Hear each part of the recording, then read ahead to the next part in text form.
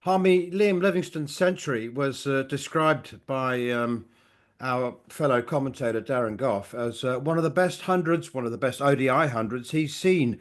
Was it a coming of age innings for him? I tell you what, his record up the order when he's been given a chance is very good. We'll hear him tell us that in a moment. Yeah, it was a brilliant. I mean, it was a brilliant game, brilliant century. I didn't fancy England halfway. I don't know about you, man, as you were commentating on the game. I didn't fancy England halfway. I think once the West Indies got 328, I thought that's just a bridge too far. It really is. Is it a coming of age? Yes, I think it's an innings that was, I think, all that Darren's saying, the superlatives that he was given over the course of the last 24 hours for Liam was 100% right. He was due. People will say he was due. I think he's been in the team. I think he's been unlucky because of the roles he's had to play. A little bit like Mo and Ali with the Test team. It seems as though we want to find a place for Liam in the team, so we'll just fit him in there. And he's coming in with 10 balls to go and expecting to whack it out of the park. The last 12 months, he's been given a definitive role in the side, and I think he's repaired that faith of having a definitive role in the side, culminating with what was a brilliant innings. It really was a very, very mature innings. I think 12 months ago, 18 months ago, 2 years ago, Liam Livingstone would have given that away at 70, 60, 70. I think he would have chipped one up in the air and gone, thanks very much. I've got my runs. I'm off. I'll see you later. But what with the maturity, the responsibility of batting at number 4, the captaincy, I think seeing the game, seeing the side home, that was the thing for me. I was sitting there, I was watching it, and with about 60 runs, 70 runs to go, I'm saying, England have got this comfortably now. But I want to see Liam at the end. If he's there at the end, I mean, I can shout from the rooftops how great this innings is. If he gives it up, gives it away, then you look at it and think it's same old Liam Livingstone. But for me, it was an absolute brilliant innings. And because he's seen it through, he got his team over the line, and he was there at the end. I think that's another tick in the box for responsibility of giving Liam Livingstone a shot up the order. And we talk about fulfilling talent. Has he fulfilled his talent? Well, I hope he gives himself a chance now to really, really fulfill it, because I think not always his fault. I don't think he's fulfilled it as much as he probably should have. I thought when he first came on the scene, this is a Test cricketer for like a few years to come. Well, obviously that ship sailed now, but given the responsibility in the top order, and yeah, he's shown it, and it was a brilliant innings. Yeah, he was used as a luxury item for a long time, wasn't he? Because he got a little bit of off spin, a little bit of leg spin, some lower order hitting. So he was coming in at number 7, and I think that's a very, very difficult role to fulfill. Anyway, let's hear from the man himself. You spoke to Rob Key ahead of this series about how you were desperate to get more responsibility in England shirt. How pleasing is it to then back that up and put in this performance today? Yeah, I guess, look, I've always said I know what I can do. I believe in my own ability. I don't think I've had a fair crack at it for the last 2 years, but it's not something I've sulked about. It's something I've got on with. I've tried to do my best. Ultimately, I haven't done that well. So, yeah, I think I can't really complain about being left out. But I just wanted a bit more responsibility and a chance to show people what I can do. And I believe that if I bat a number of balls, I can affect games of cricket like I have done today. Yeah, I felt like if I come in for 10, 15 balls at the end, I feel like I'm just getting going at that point. So, yeah, I'm not going to stand here and say it was the wrong thing to leave me out, because I don't think it was. But like I said, I pride myself on resilience. It's a great trait to have, and yeah, pretty happy with the way today went. That's Liam Livingstone, who, by the way, is England's 6th white ball captain of the year. Talking about repaying faith and batting up the order. And I have to say that since the beginning of the series against Australia, he scored 447 runs at 63, almost 64. So what about his captaincy, though, Harmy? I mean, he did admit afterwards that he didn't mean to use 9 bowlers. But I think we were saying on commentary at the time that if he had been bowling like one of his youngsters, he would have taken himself off a little bit earlier. I think he bowled a couple too many, but he had 9 bowling options, and he ended up using them all, and it all looked a little bit Chaotic. It did, yeah. I was watching it for a part of it, and it just seemed as though at the end of the over, the closest folk to the stumps was going to get a bowl, and that just seemed as though the way it was going. But you can have too many options. You talked about the West Indies only having 5 options in the first game. When you've got 9 options, you can have too many, and you can think, oh well, he might make a difference, or Shea Hope was batting so well. You go, well, let's just keep changing it up and see if we can catch him on a hop and see if somebody new comes in that can make that breakthrough. Because the West Indies, to be fair, batted really well. So he had the options. He used the options. I'm not sure he used them wisely. When I look at it, and you see Jofra Archer only bowling 9 overs in a high scoring game, having 1 for 40.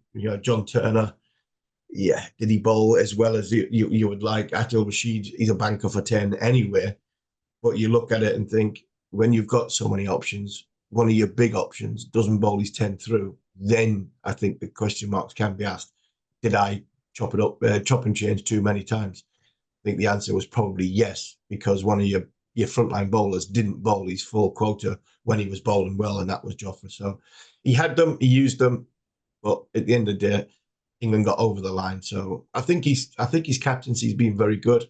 I really do. I think his field positions and his angles of where he's had his fielders on the boundary when the ball's going out in the deep, I think they've been spot on. There's not as many sort of, when I judge the sort of the options like that from a fielding point of view, and you look at it, and if the ball's going to the boundary and it's just beating the fielder, you think the fielder maybe is in the wrong place.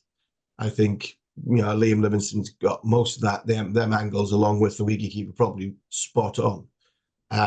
Did he make too many changes? You can say that, but West Indies were going well, so you've got to give credit to West Indies who made Liam Livingstone make them changes. But when you look at it, Jofra only bowled 9, and that for me tells you he made too many. Yeah, I'm not sure we learnt much about the bowling of Dan Mosley and Jake Bethel, although Bethel certainly we learnt something with the bat. Talking of the youngsters, Harmy, there were a number of people that I heard saying that 4 debutants is too many. I just wonder how many of those same people would have said, "What's the point in taking them if you're not going to play them?" I mean, yes, 4 debutants is a lot, but we know what Reece Topley can do. And if you're going to take 5 uncapped players, 6 uncapped players, then give them a run, right? Yeah, absolutely. I mean, you need experienced players in there to give some guidance, to show them what they're going to do. I don't mind the 4 debutants. I look at Reece Topley and think, why is he not playing? When I look at the bowling unit, I can see why he's not playing in a way which is, I mean, John Turner's been on 3 tours and he hasn't had a game. We know what Reece can do. Let's see what John can do. Saqib Mahmood, you know what? He's been so unlucky in his career recently. Like Reece, he's had so many injuries. I think it was right for Saqib Mahmood to play. And I mean, if you've got Jofra fit and you want Jofra to play, he's been on a contract for such a long time. You need him playing cricket. I think you have to play Joff. So I can see why Reece Topley hasn't played, but I would play him. You look at Sam Curran. Sam Curran's playing as a batter. Not playing as a bowler. He's playing as a batter who can bowl a bit. It wouldn't surprise me if Reece Topley finds himself in the team on Wednesday in the next game. But the debutants, I mean, what's the point of taking them? Exactly right, Manners. What's the point of taking them if you're not going to give them a game? They'll learn quickly. And I think they've done all right. Do you know what? I think they've done all right. Jacob Bessel looks lovely with a bat. He really does look so comfortable in the middle in international cricket for such a young age. Dan Mosley, a little bit different, but he's got the finishing role at the bottom. So that's a tougher role. Liam Livingstone knows that, especially because he's done it for so many years himself. And I don't think he's massively, I think, a huge asset with the ball in international cricket. He might be in domestic cricket, but I think in international cricket, I think he's more batting, or he's in the team because he can hit sixes at the bottom end rather than his left arm spin. So I think what we're learning, I'm quite happy with what I've seen so far. But there's still a long way to go. And West Indies are a good side. They're a really good side. irrespective of what the ICC rankings say, this is a very, very good West Indies side at home. And it'll be a great last game on Wednesday. Obviously, we'll live on talkSPORT. We will. And for those of you who missed this little gem on commentary during that second game, the last time England used 9 bowlers in an ODI was in 1987 in Peshawar. And their attack included both opening batsmen, Bill Athey and Chris Broad, and Alan Lamb in a 9-man attack, which is quite extraordinary. England won that game too. Maybe it's something to think about in the future. Okay, and a reminder, as Harmy said, you can hear live and exclusive ball-by-ball commentary of the series decider between the West Indies and England on talkSPORT 2 and the talkSPORT Cricket YouTube channel. You're listening to Following On here on talkSPORT 2 with me, Neil Manthorp, along with former England fast bowler Steve Harmison. Next up, we'll hear from England bowler John Turner after he finally made his international debut and took his first international wickets in Antigua this week. Let's hear now from Hampshire and England fast bowler John Turner. He made his international debut finally after being involved in 2 series and not getting a game, and claimed his first international wickets in Antigua this week. And he's been reflecting on that with talkSPORT's man in the Caribbean, Cameron Ponsonby. John, what a couple of days, your ODI debut and now your first international wicket. How are you feeling? Yeah, very excited. It's been a really cool few days. Obviously, you get that debut after being in and around the environment for a few months. It's quite nice, and then to get your first wicket, I think it's something I'll never forget. I think it's been a really special 2-3 days for myself and my family. You've been around the group for a while now, not got a game under your belt yet. Does that make going into your debut more nerve-wracking or less? Does it increase the pressure, or is it the fact that you feel quite comfortable around the group now? I think it's probably a bit of everything, to be honest. It definitely a lot more comfortable in and around the environment. I know what to expect. Helps that I was on this tour last year, so I know the grounds and the fans and all that. But then you almost have a point to prove that why have you been in squads and not played? You are good enough to be in the squads. Yeah. So I think it's a mixture of everything. But yeah, it's exciting. When you got your cap, Jofra Archer gave you it. You described you as the best pig player in the squad. Are you a very secretly talented footballer? What's going on here? Unfortunately, no. Unfortunately, I'm not the best pig player. I think probably the complete opposite, to be honest. Perfect. But I enjoy it, and it's good fun. Unfortunately, football is not a sport that comes naturally for me. I remember being on this tour last year and being in the team hotel in Trinidad and seeing you with your head in your laptop, head in your books, very busy. Yeah. You've since learned you're doing an economics degree at that time. Give us an update. Is it finished? Is it over? Are you a full-time cricketer now? Yeah, so I'm happy to say I'm now a full-time cricketer. Congratulations. No longer a student. So yeah, I was obviously doing my econ and finance degree at Exeter at that time. Wrote my last exam in July, and that's all finished now. So happy to get that done with, and maybe do something later in a year's time. Can you just give us an idea of how you balance that? I just heard you telling a story to other members of the media about sneaking back home from 100 games to sit an exam. What did that look like? How did you manage to do it? Yeah, it's obviously not the easiest balancing act. It works quite well with cricket in terms of the winters, probably the majority of the time that I'm down at uni, but was obviously based down in Exeter. And yeah, probably the story you're referring to is wrote my last exam the day between 200 games. So got in to Exeter at 2:30 in the morning, post a 100 game, wrote that morning at 9:30, and then drove back up today at night. So it was a challenge, but it was quite enjoyable. Do you remember what mark you got? Did you pass, fail? I passed. I think maybe like 68. I'm not 100% sure, but yeah, ended up with a 2-1, so I was happy with that. So for people who aren't quite familiar with your story, like you grew up in South Africa, moved over to the UK, going to university at Exeter. How long has being a professional cricketer been on your radar? Was that always the plan, or was the plan to come to the UK and study?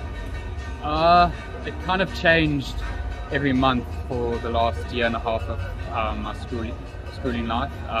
Always wanted to be a professional cricketer. I never actually thought I could necessarily become one. And then as time went on, I was like, actually, no, I've got to give this a proper go, see what happens, and I'd rather not have the what ifs if it doesn't work out. So it's probably 2019 where I decided I'll give it a proper go. came over the UK in the beginning of 2021 post-COVID, and yeah, since then it's been quite an exciting journey. So, are you turning out for Exeter University at all, or was it just straight into the county stuff? No, so I played a few uni games. I would always play the warm-up county games. I played against Gloucester and Sussex, and then I played a few Bucks games, which is the top league for the universities. Yeah, I really enjoy playing uni cricket. It's playing with your mates. Why you play a sport in the beginning of it, like when you grow up. So I loved it. How I guess bizarre might be the right word in when you're starting your professional career and you're not always first choice for Hampshire, but then you kind of get picked out of the group by England to say this is one of the guys we want to build around. Just from your own kind of mental perspective, how does your mindset compute that, where you go, well, Hampshire aren't picking me, but England want me? Is that bizarre? Is that exciting? Kind of, how do you sum up those emotions? Yeah, I suppose bizarre is probably the best word to use for that. I remember when I got that first call for the New Zealand series, which I was then injured. I think I played 1 or 2 county champion games, a handful of T20s, that type of stuff. Yeah, it's obviously I can't control selections. England and Hampshire play very different styles of cricket and have different priorities. And Hampshire, we want to win the county championship, we want to win the Blast, and we've got some bowlers there that are unbelievable. They've played for many, many years, and the experience they've got a lot more than I have. So yeah, we play to win, and if I'm part of that, great. If I'm not, well, I need to do something to become part of that. And just finally, in your kind of short to medium term plan, is it full-time cricket now, or is there a kind of temptation to go back to education at all? 100% full-time cricket. I'm pondering doing a master's or some form of qualification on the side, but when I decide to do that in a year or two, it will still be with cricket being my priority. It will be a backseat hustle. John, thank you very much. And that's Hampshire and England fast bowler John Turner speaking with talkSPORT's Cameron Ponsonby after making his debut. You can watch the full interview, by the way. It's out now on the talkSPORT Cricket YouTube channel. Harmy, a number of really interesting things in that interview. I guess one that stands out for me is when he said that Hampshire and England played their cricket in very different ways, and also when he admitted that it was what did he say, bizarre or surreal, that he I mean, he's obviously an intelligent guy, and he was basically admitting that he was surprised, shocked by his England call up. And that he hadn't, I guess, earned it with conventional numbers. Yeah, but I think that seems to be the modern way with this latest regime of Wright, Key, McCullum, Stokes, Butler, that management group, that they identify talent. And not bother about numbers. They identify talent who can, in their eyes, affect the game. And John Turner can definitely affect the game. So he might not have the numbers to back it up. He's played twice, I think, this year in list day games, and he got 4 foot in each game.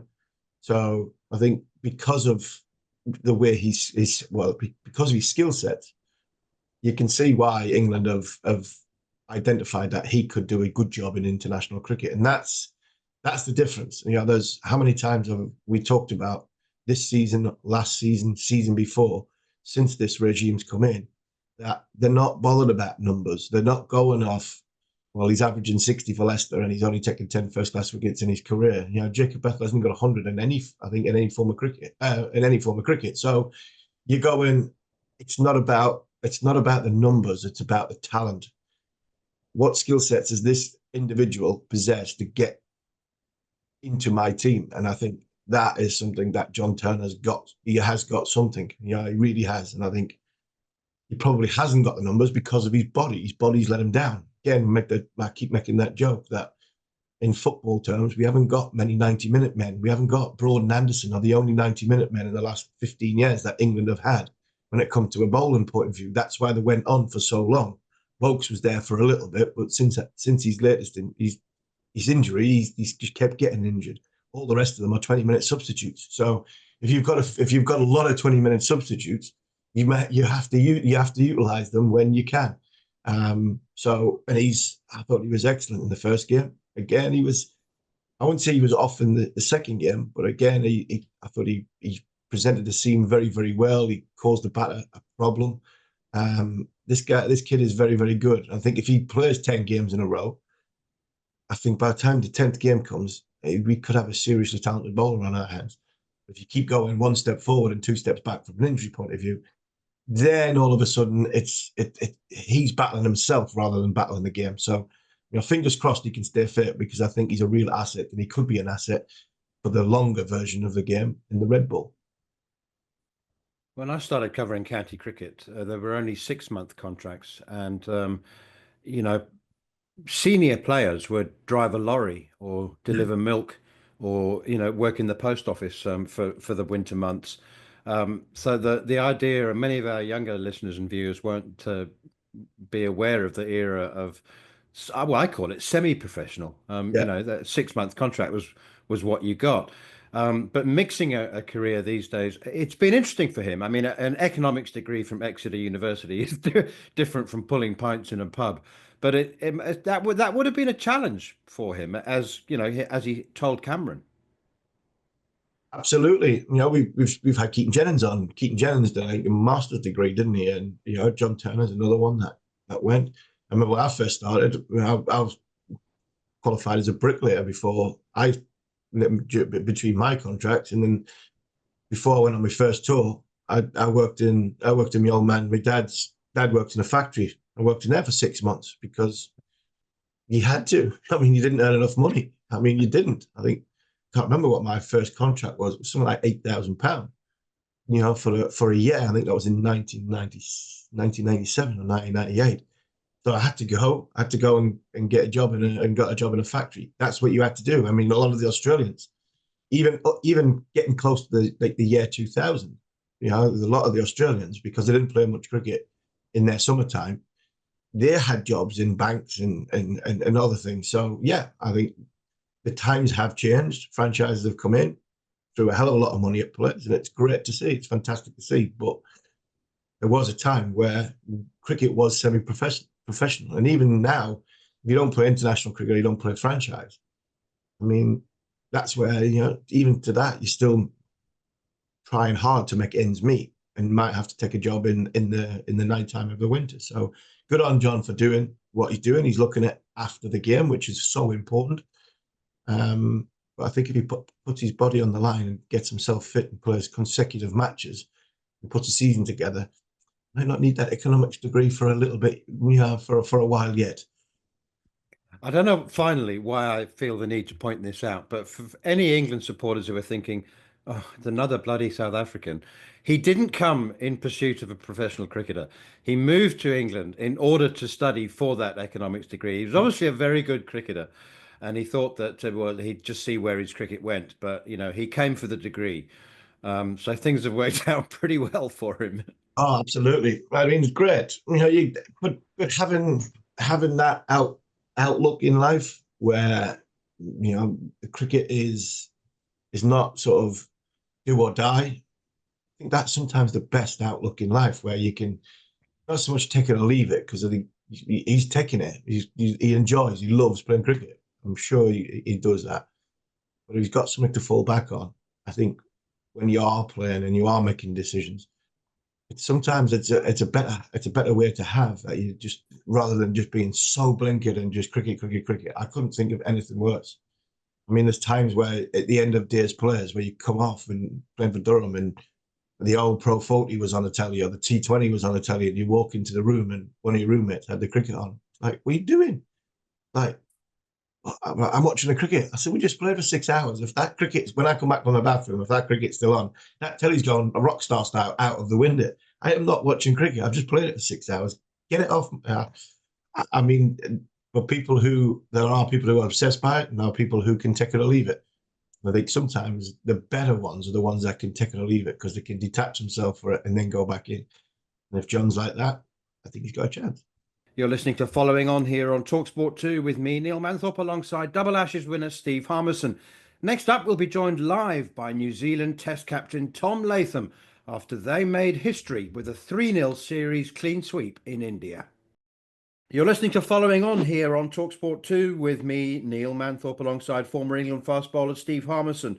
If you've missed any of the show or you wish to catch up, you can download the podcast from the following on feed, now available via the free talkSPORT app or wherever you get your podcasts. And we've now come to the point of the show that Harmy and I have been so excited about and looking forward to. We're joined live from Mumbai by Black Caps captain Tom Latham, who said after New Zealand's historic series win, when they went 2-0 up, that he was speechless. So that doesn't bode well for this interview, because they've now won 3-0. They've swept India at home in the biggest upset, certainly of this century, and one of the biggest test upsets of all time. Their first win in New Zealand, having first tried in 1955. Tom, we've got Harmy and I've got so many questions for you. I promise you, like everybody's a Kiwi who loves Test cricket at the moment. It's just a glorious moment. How are you? Yeah, good. Yeah. It's obviously starting to sink in a little bit more. Obviously, the magnitude of what's sort of occurred over the last, I guess, 24 hours, but also sort of the last 3 weeks. It's been a special time for New Zealand cricket and a really special time for this group. And certainly proud of the guys and the efforts they've put in over the last couple of weeks. Tom, you went into that series.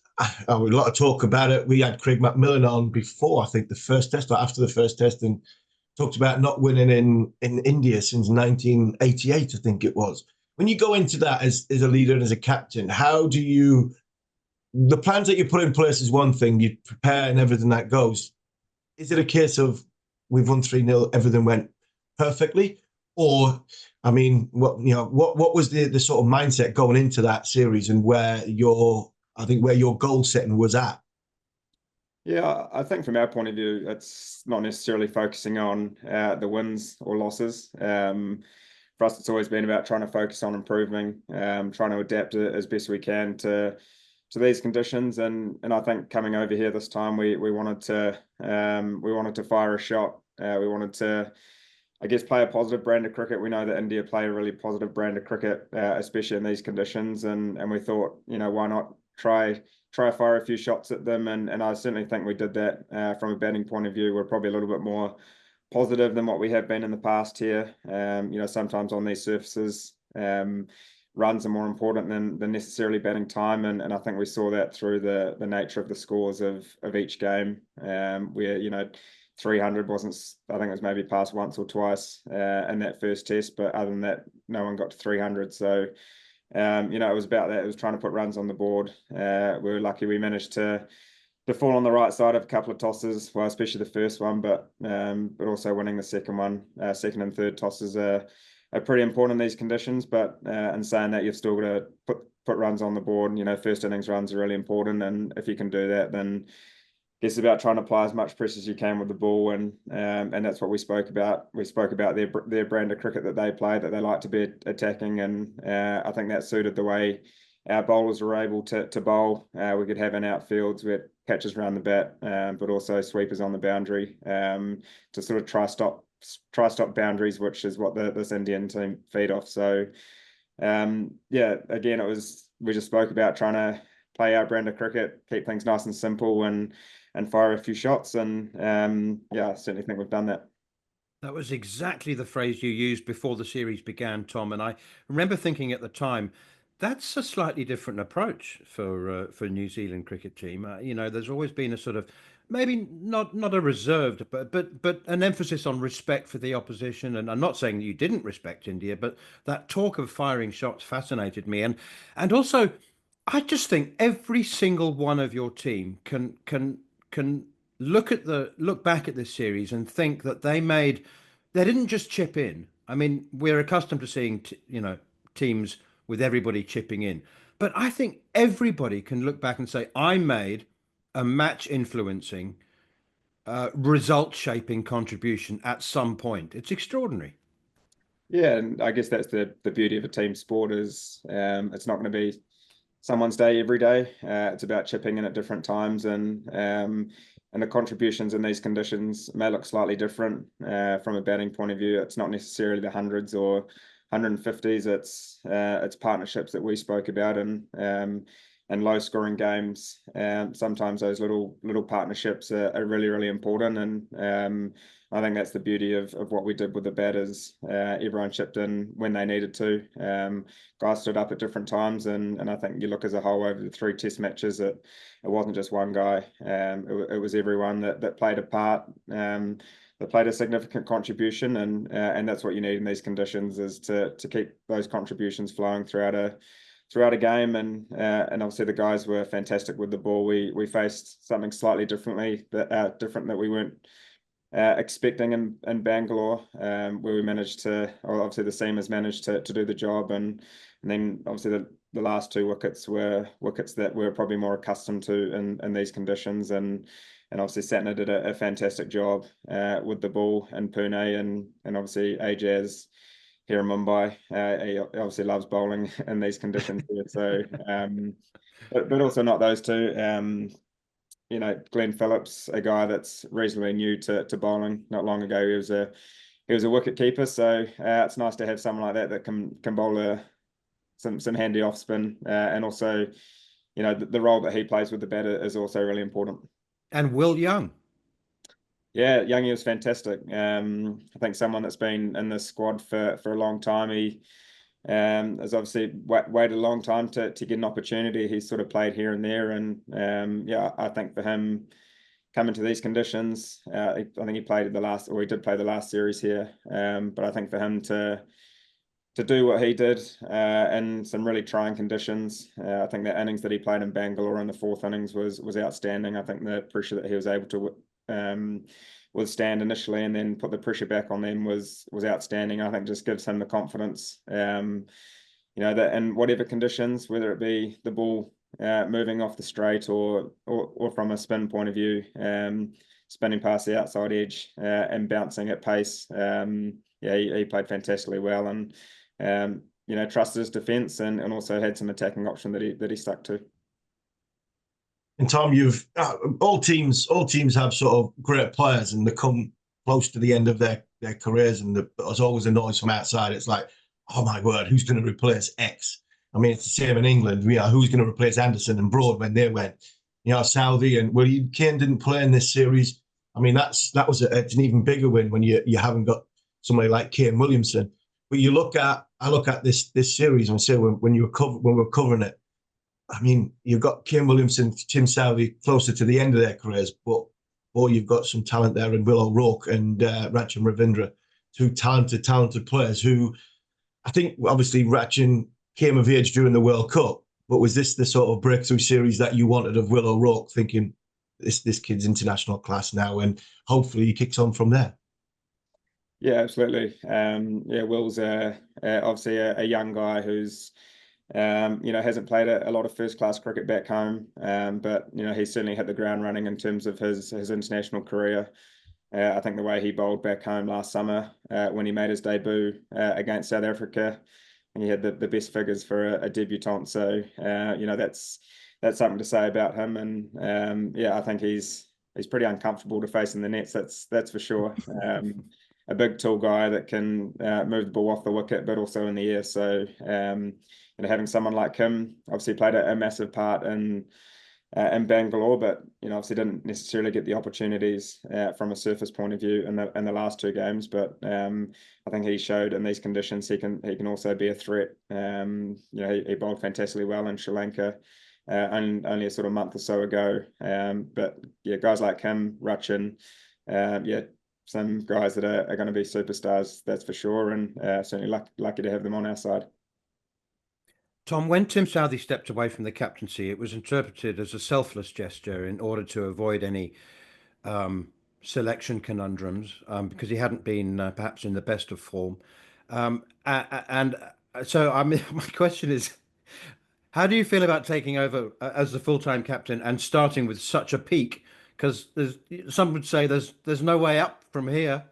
Yeah, it's a bit of a honeymoon phase at the moment, I think. Yeah, it's obviously, I guess when you get given the opportunity to lead the side, it's a really special thing. I guess it's a slightly different situation where you know, I'd done 9 Test matches in the past, but had always been as I guess when Kane was either injured or missing. So I guess from my point of view, it was about trying to put my own spin on things as best as I could.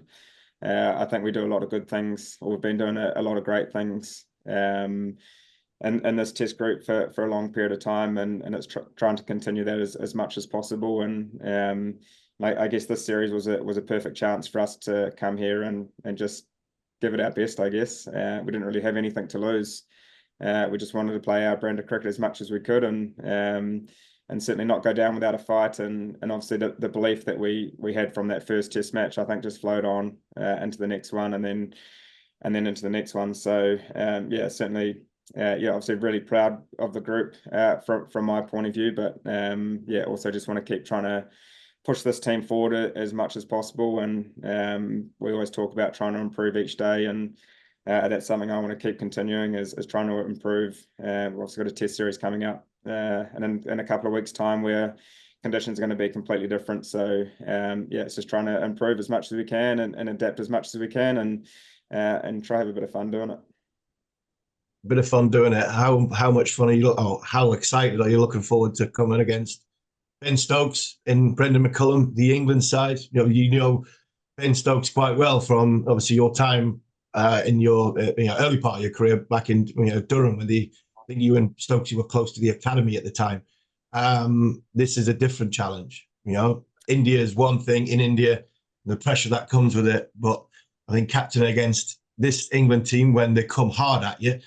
I mean, how much are you looking forward to that? Because it's going to be a great series. Yeah, another exciting challenge and another exciting opportunity for this group. We're lucky enough that we played them only a couple of years ago, where it was obviously a famous test match in terms of we managed to win by one run, and it was a 1-1 series draw. So we know what England are going to come with. We've seen the way that they've been playing over the last couple of years, and the free flowing nature of the way that they're approaching their cricket is exciting. It's putting bums on seats around the world, and it's a really exciting brand to watch. So it might be slightly different coming up against it, but we've obviously had that experience a couple of years ago around how they like to approach it in these conditions. Obviously Bears being a Kiwi, obviously knowing these conditions really well. I'm sure he'll have a lot of ideas around how they want to approach things, but I certainly think we have a fair idea around how they're going to play. They're going to be attacking. They're going to want to take the game on, and that will certainly be no different to a couple of years ago. So a really exciting challenge again in a couple of weeks' time. First test match in Christchurch, where you grew up. I know that New Zealanders have a tendency not to celebrate sufficiently their sporting achievements. So I can't imagine there being a ticker tape parade in Christchurch. I shouldn't even think they'll get the trumpets out. It'll just be, well done, Tom. Yeah, very good. But it's been a golden time for the nearly New Zealand cricket team, with the White Ferns winning the World Cup, and now this truly extraordinary achievement. First time you've actually won 3 tests in a series. You also forgot the All Blacks beating England the other day as well. Yes.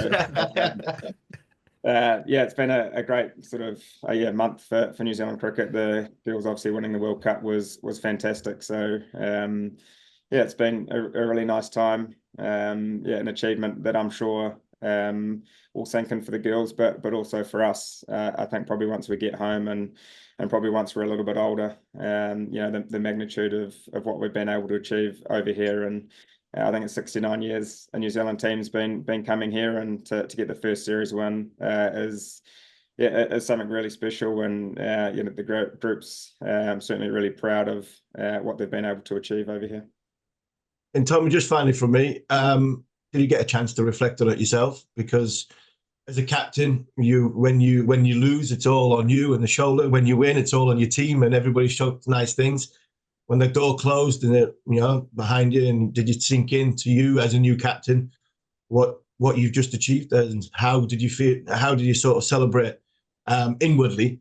Because I mean, it is Manners keeps on going about the achievement, but for a captain, there's a hell of a lot of pressure on your shoulders and decision making. But when the door closes and you're just by yourself, how did that really sink in? Like 2 nights ago, when you managed to get over the line. Yeah, I probably haven't necessarily done that yet. As I said, I think when we get home and got a little bit of time to reflect on what's we've been able to achieve, I think it will probably sink in a little bit more. But yeah, I think as Kiwis, as you said, Neil, we tend to maybe gloss over things, and I'd probably do that as well, and sort of more think from a team point of view in terms of what we've been able to achieve as a group. Yes, I'm captain, but it's been everyone's chipped in at different times.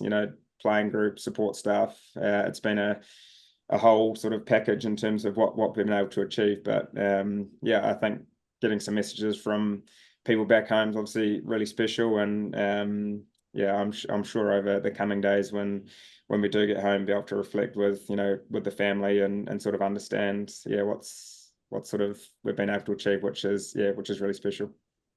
And finally, for me, Tom, very quickly, you've achieved something that will be spoken about, you and your team, in 100 years' time, which is an amazing thing. India won 18 consecutive test series at home, unbeaten for 12 years. Were they magnanimous? Did they congratulate you?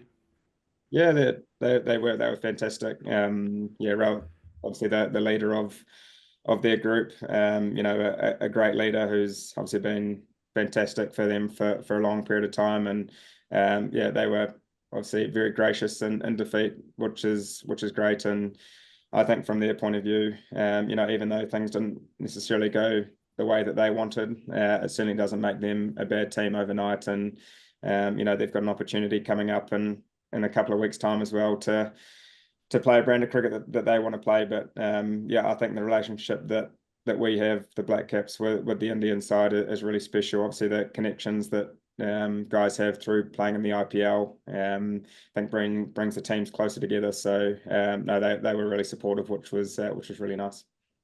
Many congratulations. Enjoy the flight home. I hope you managed to get some bubbly in. Thank you very much. That was New Zealand captain Tom Latham, and I think that's the most excited I've ever seen him, Harmy. Yeah, he was, and I remember coming over to Durham, the academy, when he was a young boy, basically. I think he's a little bit younger than Stokes' group. I think he was Graham Clark's group, but he came over through the Paul Wiseman exchange. Henry Nichols came over, so Durham have got a connection with New Zealand and with Christchurch. He's a lovely, lovely young man, and he's a fine player. And he's been to Durham as a player as well. So I'm so pleased for him. And you're right. I mean, the Kiwis don't shout from the rooftops, and I think that was the closest I've seen him, with a sort of smile and a giggle on him. But he's I really am. I'm over the moon for New Zealand cricket and for Tom Latham. They did brilliantly. And a reminder that next up for New Zealand is a 3-match test series at home to England, and every ball of that is live and exclusive on talkSPORT 2 from the 27th of November. You're listening to Following On here on talkSPORT 2 with me, Neil Manthorp, alongside the former #1 bowler in the world, Steve Harmison. Next up, we'll look at the England squad that's been named for that series as they go with 3 spinners, no reserve opener. And we'll discuss the latest batch of England's central contracts. You're listening to Following On here on talkSPORT 2 with me, Neil Manthorp, alongside Double Ashes winner Steve Harmison.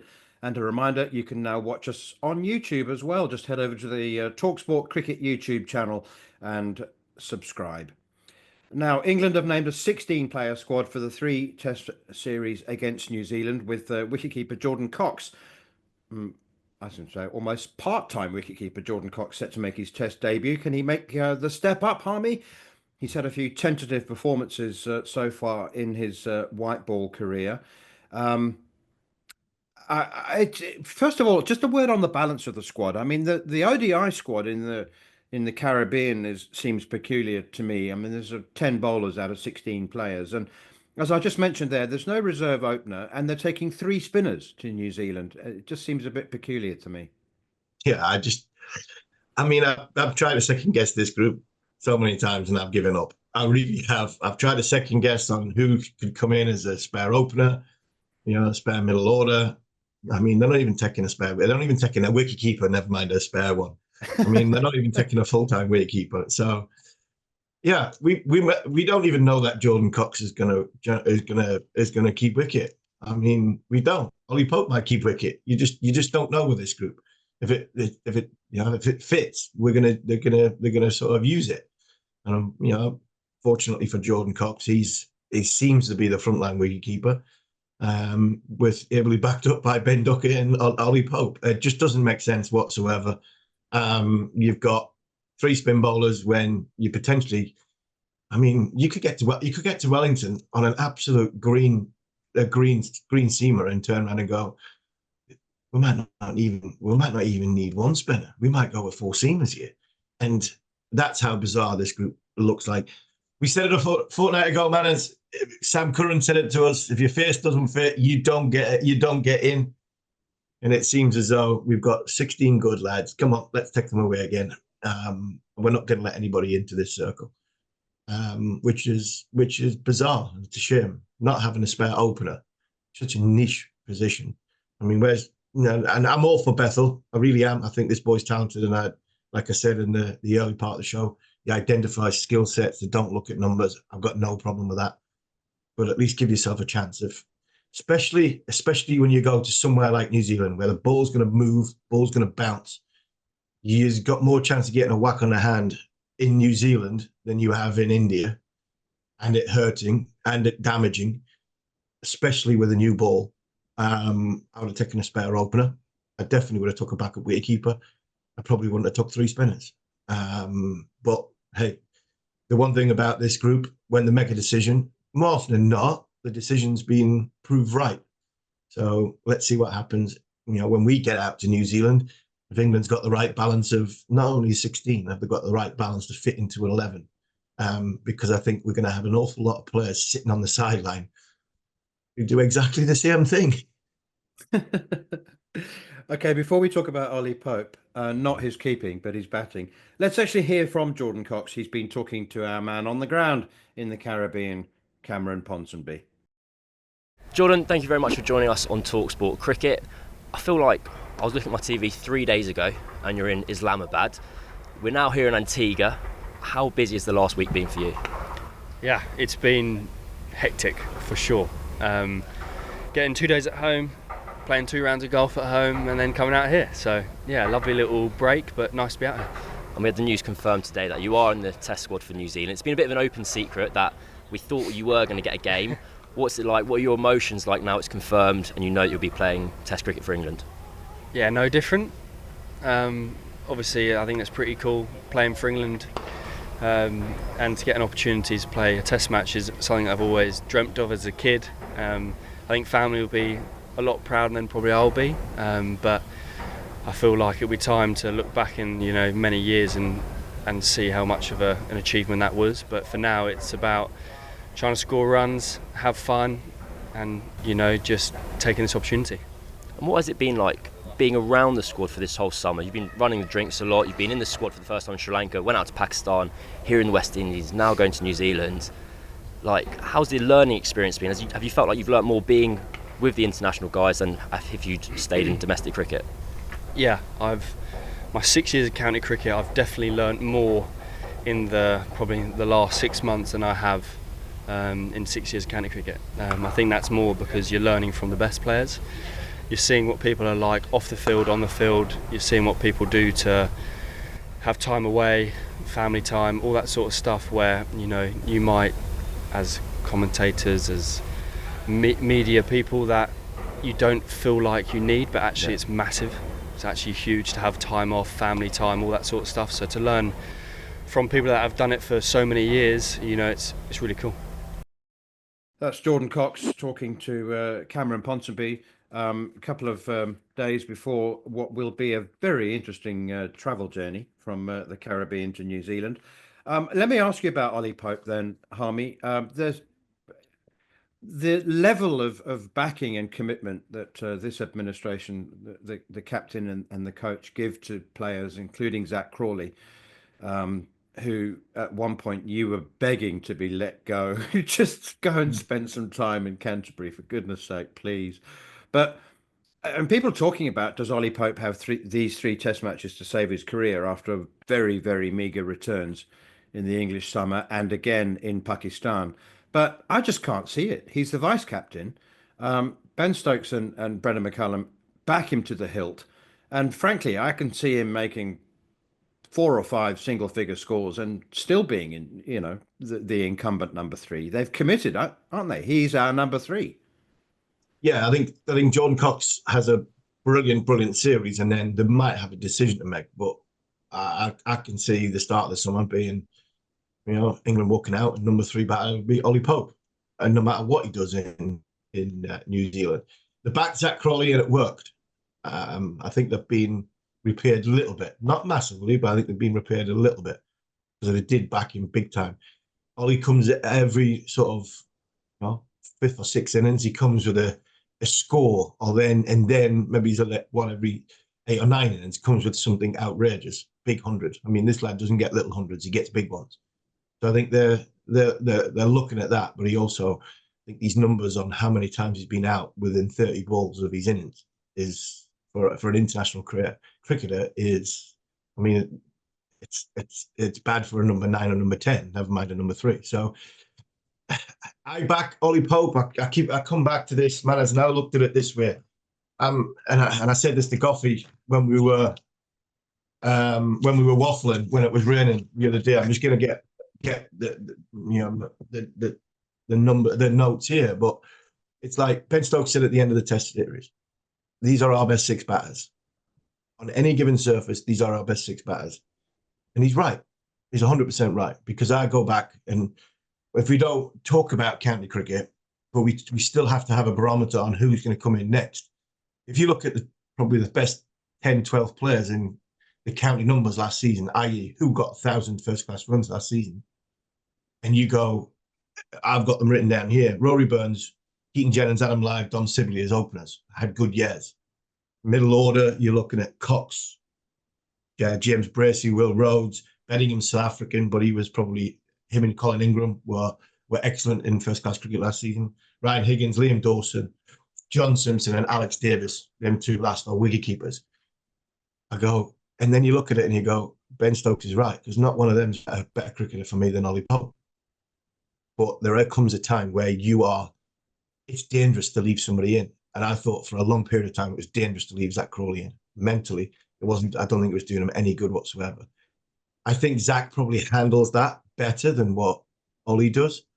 And I think Ollie might, if he does have a couple of low scores in New Zealand and doesn't get out of this little rut, it might be better for him to be just out of the team and having a look at somebody else and giving him a chance to rebuild. Where does he rebuild? That's the problem. At the end of the New Zealand series, Manners, he's got no cricket till Surrey comes around. If I was involved and, from a selection point of view, I'd be tempted to tap Ollie Shot if he does have a bit of a bad time, or even if he has a good time in New Zealand. I'd ask him if he wants to go with the Lions to Australia.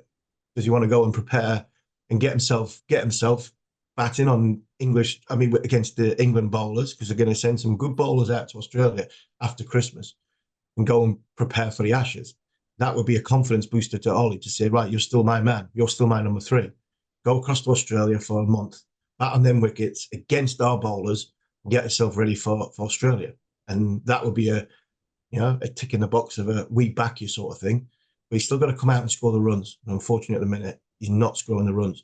But do I think he should be dropped? I think only if it's affecting him mentally, because as a player, I mean, I've mentioned 12 names there, and not one of them can tie Ollie's shoelaces. So, but he needs to score, and he desperately needs to get runs in New Zealand, because if he doesn't, and Jordan Cox does, I think England selectors might have a decision to make.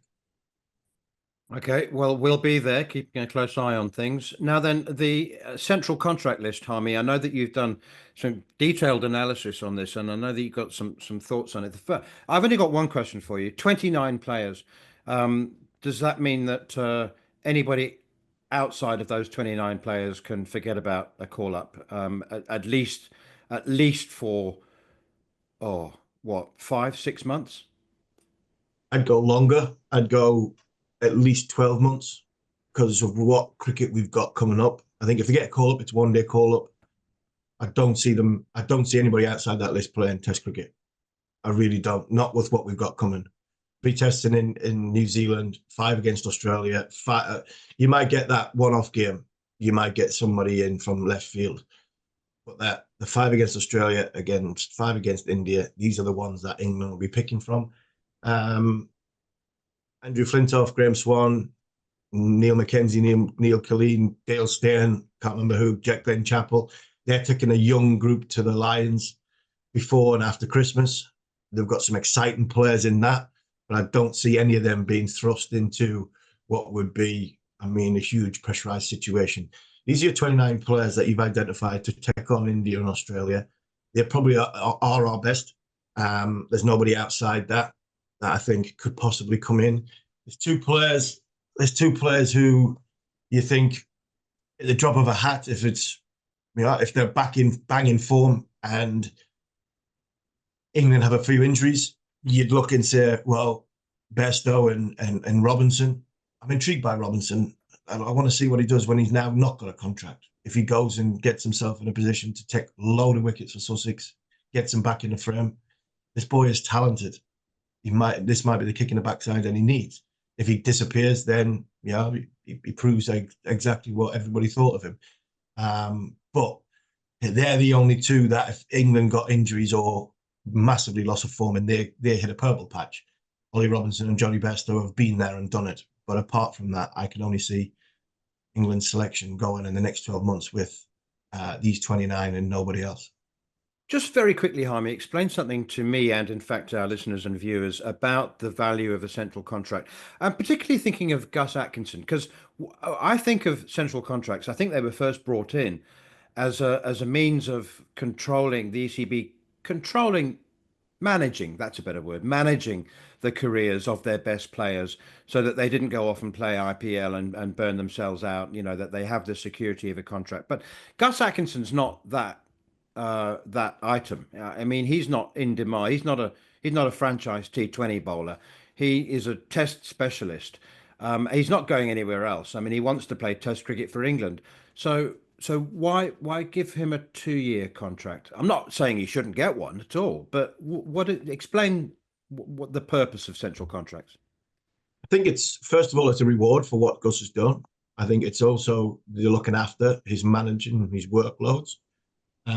If you haven't got a central contract and you're contracted to your county, at the end of a test match, at the end of a day's play, when the test match finishes, say on a Monday, and your county starts on a Tuesday, ECB have got no option to release the player back to the county and say, he's playing now. And as much as you can kick and scream and say, hold on, he just played 5 days cricket. No, he's my player, we're playing him. And that was the olden day. I mean, that was the olden day in the 80s and 90s and before that. I mean, the test match finished one day and the start of a county game the next day. You had no choice. You just had to go back and play. Now this contract system, which is great, they control everything you do. I mean, everything you do. Counties have got no control on anything of what their player does. They basically just use your facilities. That's all they do. The workload and management is done by the England fitness group, the England batting and bowling group, spinning group, whichever one that you fall in under. And it's so important to make sure that they're in the right space, in the right place to go into international cricket. So where does IPL and other franchise sit into this? I'm not so sure. It is a contract that you go, right, you're not going there, especially what the IPL announced not long ago, which is if you go in the draft and you go in the auction and you pull out, you're done. I mean, no matter who you are. So for someone like Jofra Archer, which is a big one, he's Ben Stokes, another big one. Josh Buttler, slightly different because I'm not sure he's going to miss too much cricket from an England point of view. But if you're Ben Stokes, Jofra Archer, and you go into this auction, which is coming up very, very soon, and then you pull out of it, you're probably not going to be invited back to the IPL ever again. So that central contract is Keezy going to go, you're not going, so don't go in the auction. But they're going to go, hold on, I'm £2 million in here. I'm £2 million in for 8 weeks. I mean, that's a lot of money. That's a lifetime. And that's a life-changing sum of money. So I think it's a fine balance between what they can do when it comes to the contract and what it states. Whether it's, has Rob Key got the final say in saying you're not going, or does the player go, well, I am going and you can't stop me. And that will be the tug of war when this because this mega auction that IPL is coming, it'll be interesting to see which England players go into it, and then ECB go, no, your workload says you're not going, and then you don't go out in the IPL ever again. I think there'll be a few contract negotiations, shall we say, on making sure the right outcome for both parties is. I think that could be a delicate thing, especially with Archer. I'm trying to think of maybe one or two others. Mark Wood, and coming to the end of his career, if he goes into the auction, he'll want to go into it because he's probably only got the Ashes left. If you take that IPL away from them, and the IPL are very firm that no matter who you are, if you pull out as an overseas player, you probably won't be coming back. I think it's going to be quite a difficult one to manage that contract situation. So it is stated that we control you, but I think this IPL auction will test that elastic band, whether it bounces to India or it bounces straight back. And I think, watch the space. I think there could be some unhappy campers when they come out of the auction, if they come for big money, because Rob Key, he'll have a big decision to make, because they can't all go. And if they don't go, I mean, if you think Joffre will go for over 1.5 million, and if England try and stop him from going, and he's probably got, what, 5 IPLs left? That's a lot of money to give up if you're going to, be true to your central contract. So if India stay firm, I think there'll be some really, heated conversations in the towers of ECB between the management and their players, because they'll be wanting to go to the IPL, but because they're under contract, the ECB will definitely want them to manage themselves and probably not go. So it's going to be interesting times. Well, we'll definitely talk more about the mega auction next week, but it's interesting. There's a feeling that every franchise can only retain 5 players, and that the Rajasthan Royals there is a feeling, I understand, it has been explained to me, that the Rajasthan Royals have said to Josh Butler, we will buy you back. you are a Royal, you're Rajasthan through and through. We will buy you back. But then Chennai Super Kings said the same thing to Faf du Plessis, and assumed that nobody would come in and buy him because he'd been in yellow for 10 years. But Bangalore bought him. And I suspect there will be a couple of other franchises going, I don't care how much Butler is branded Rajasthan Royal. We're going to buy him and we're going to have him. So that'll be interesting. Anyway, Josh's Instagram post yesterday suggested that he ain't going back to Rajasthan. Oh, really? Thank you very much for the last 6 years. It's been a pleasure. It's been fantastic. I've loved my time being a Royal. Once a Royal, always a Royal. I'm not sure Josh Butler is convinced that Rajasthan are going to buy him back. Okay. As I said, that's next week's subject. But on to the final word, Harmy, and I've sifted through a number of options, but I just don't think it would be right to finish this week's programme with any other subject than the Black Caps. And besides, it gives us a chance to talk a little bit more about their achievement. And I just wonder how much it'll change New Zealand cricket. They've achieved a great deal. We always talk about them punching above their weight, but more often than not, they've been the nearly men. They've had great moments, but they've come second more than they've won. And I just wonder whether this will be a complete reset and change of New Zealand cricket. This will provide evidence for generations of international cricketers that New Zealand actually are capable of anything. We can even win 3-0 in India. Yeah, 100%. Totally agree. And it's at the start of their summer. So hopefully by the time we get there, man, it'll be all cricket. England coming. And if they go and beat England in their own back garden, which they're probably favourites now to do after beating India away, then you know what? By Christmas time, all the kids might be wanting, the young kids might be wanting the plastic cricket bats. They'll all be wanting Ratchan Ravindra shirts for Christmas. And cricket in New Zealand will get a new lease of life. The talks of Bolt's gone, Southey's going, Williamson's near at the end, and you've got players like Sir Will O'Rourke and Ratchan Ravindra. I mean, superstars in the making. So it was a brilliant achievement. And by the time we leave New Zealand, hopefully, that'll be the middle of their summer. All people will be talking about in both islands will be cricket, and that is fantastic for world cricket because a strong New Zealand, I mean, again, like a strong Pakistan, like a strong West Indies, they bring different qualities, but because they come to the party with great talent, it's always a strong world cricket when them three countries are strong. So fair play to them. We're absolutely magnificent this week. And Tom Latham, he nearly cracked a smile. Hopefully, he'll be from a Black Caps point of view. If he beats England, I'm sure the celebration will be a good one and a loud one, and you might see the Black Caps for once shout from the rooftops. You've been listening to Following On with me, Neil Manthorp, along with former England fast bowler Steve Harmison. We'll be back at the same time next week to look back at the first couple of T20s between the West Indies and England, with every ball, including Wednesday's ODI series decider, live and exclusive here on talkSPORT 2. On AM, on DAB, via the talkSPORT app and on your smart speaker. talkSPORT.